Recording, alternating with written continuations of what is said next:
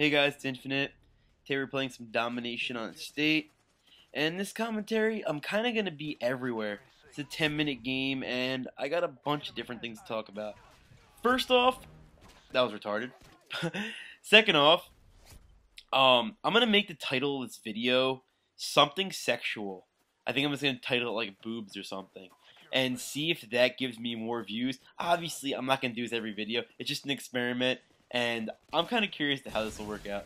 So I think I get off to a rough start in this game. I'm not sure if I die twice in the beginning. But before getting into the topic for today, I utilize this really good head glitch. And for any of you guys who are still playing this game, I highly recommend it. This whole area I'm going to be controlling this whole time. Not there, but I'm gonna move up a little bit. And I'm going to get behind a one of those block type things a little bit further ahead. And as you see, when I finally get taken out, there's the spot right there. This spot right here. You're going to see a little bit later on when I get picked off finally. But my head cannot be seen. It took me a thermal sniper who still had a problem killing me because it was such a small little piece of my head showing. And if you guys are playing Domination here, especially Ground War, you don't have to move around too much because you don't have to find people. People come to you when it's 9-on-9. This is a great spot to utilize, and I highly recommend doing this. It's a great head glitch spot, and that's basically it, guys. That's all I wanted to tell you guys about the gameplay. Obviously, it's a great build in Control B, but you guys don't want to hear too much about this game. Just wanted to give you guys a little tip if you didn't know about that great spot. A lot of people use that area, but they don't use it 100% as effective as they could all the time. So, the topic I want to use today is the idea of pretty much how Call of Duty has ruined the gaming industry. And actually, you know what? I want to focus that more on just online gaming, not necessarily gaming sales. So, by using this topic, I am in no way, shape, or form attacking the Call of Duty franchise at all. I'd be a hypocrite if I did. All I'm doing is simply explaining why people look past other games, and how being a YouTube commentator, it kind of hurts you. So let me explain. When Call of Duty came to become this superpower that it is now, years and years ago, it was a combination of the addictive gameplay mixed with the accessibility and just easy to get into. It has a place in the community for the hardcore, for the average gamer, and for the casual gamer who sucks. That's just how it's been. It's got a place for everyone in this community. Even as the game gets more noob-friendly, it still has a place for everyone in the community. And it will be like that forever. And they got this reputation now when I feel as if more than half of the people playing online games are probably playing Call of Duty. I say it as a conservative statement because it's probably more than half. But it's gotten to the point where it's a bit unfortunate. I always use Wings of Redemption as an example. He hates Call of Duty with a passion. And due to this fact that people just want to see Call of Duty, and you know why they just want to see Call of Duty? Because that's what they're playing. I mean, I'm excited to see Crysis gameplay, even though I'm not a big fan of it. If it's good gameplay, I'll really enjoy it. And you know why I want to see it? Because that's what I'm playing. People want to see what they're playing. So someone like Wings, who is a channel focused on gameplay, he has to keep playing this game. And it's unfortunate for him because he hates this game with a passion. I'm sure if he didn't have to play it from, like, after COD 5, he probably would have stopped then if he could have played other stuff. The reality is, this is his living. And if he doesn't play this game, and he plays Crysis 2 over it, he gets nowhere near the amount of views, which means he doesn't get as much money as he would get playing Call of Duty.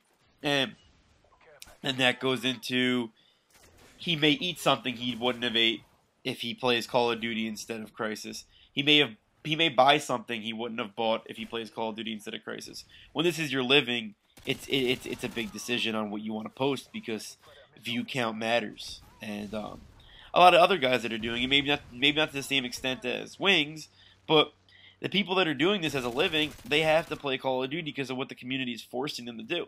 And instead of getting angry at the community, it makes perfect sense. Like I said, if I'm playing Call of Duty, I like to watch Call of Duty. Even when I'm not playing Call of Duty, I like to watch it, but it's kind of unfortunate that it's forcing people to, or it's forcing people that are profiting off of this to play those type of games, anything in the Call of Duty franchise. But what I wanted to focus on more than it affecting YouTubers who profit off it, because that's not really who I'm talking to. You guys, as my viewers, aren't people in that situation. I'm not in that situation, probably will never be in that situation. So what I wanted to focus a little bit more on was how it affects games like Crysis. Or, I'm not going to say Halo, because Halo got a big enough following itself, but games like Crysis, games like Battlefield. I'm going to use Crysis as my primary example, and there you guys go see again. I'm using another similar type head glitch spot. Use them, they're great. And that was a failed Predator missile. But Crysis. So, I play Crysis. Probably more than I play Call of Duty at this point. I really enjoy the game. Me and my friend Hopeless Image, also known as Brian in real life, we play together. We have to play Team Deathmatch. Or Team Instant Action, that's what they call it. Because we don't have a full team to play other game types. Which sucks, because we both hate TDM no matter what game we're playing. And then, if we do play TDM, even if we did get a full team together, which would never happen, when you're playing an objective game type, say Crash Site, even if you're playing TDM, look how hard it was for him to kill me. Check this out right quick. That's how little my head was showing.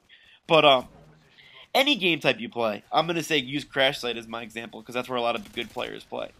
When you play Crash Site, you don't get that average player that you get in Call of Duty. You guys know what I'm talking about. When you play Call of Duty, there's pretty much an average type player that you run into from time to time that's somewhat predictable.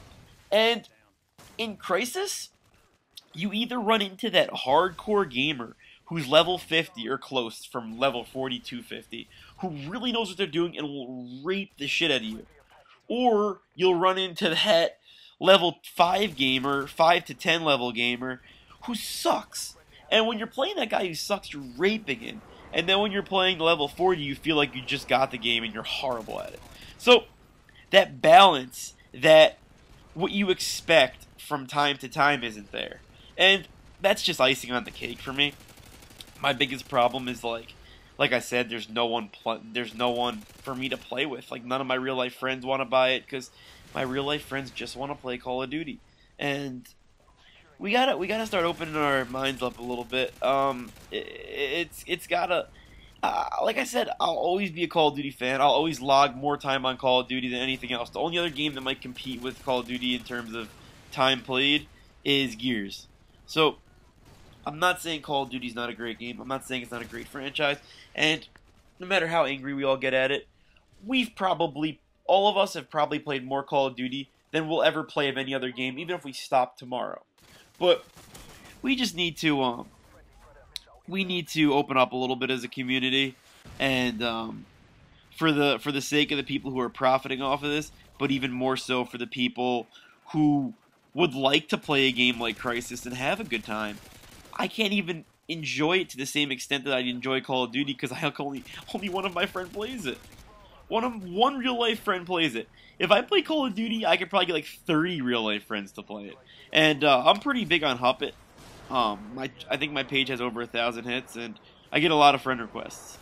I have not got one person that says, you want to go play Crysis? So, I don't know. It's a bit frustrating. And like Homefront, Battlefield, you got an excuse there. They are large-scale warfare. Could get kind of tedious, could get annoying. I agree with that argument to a degree, because I like those games too. But you got absolutely nothing to say about Crysis. It's fast-paced. It requires a challenge. All these people who are bored of Call of Duty because it's so easy, it requires a challenge. It's, like I said, the maps are small. It's fast-paced. There's variety in game modes. I want to say there's 2 really good game modes in Crash Site, which is like Headquarters, and Team Deathmatch is obviously always good. Free-for-all is always good. It doesn't have as many good game modes as Call of Duty, but it definitely has that variety. And, I don't know, guys. I just feel like, as a community, we have to open our eyes and stop letting Call of Duty take it over. Because, like, you can't blame them. we're doing it. We're letting them take over. Like, you know what I mean? It's not their fault. They just want to make money as a company. If you were in their boats, you'd be doing the same exact thing. So that's pretty much all I got for you guys today.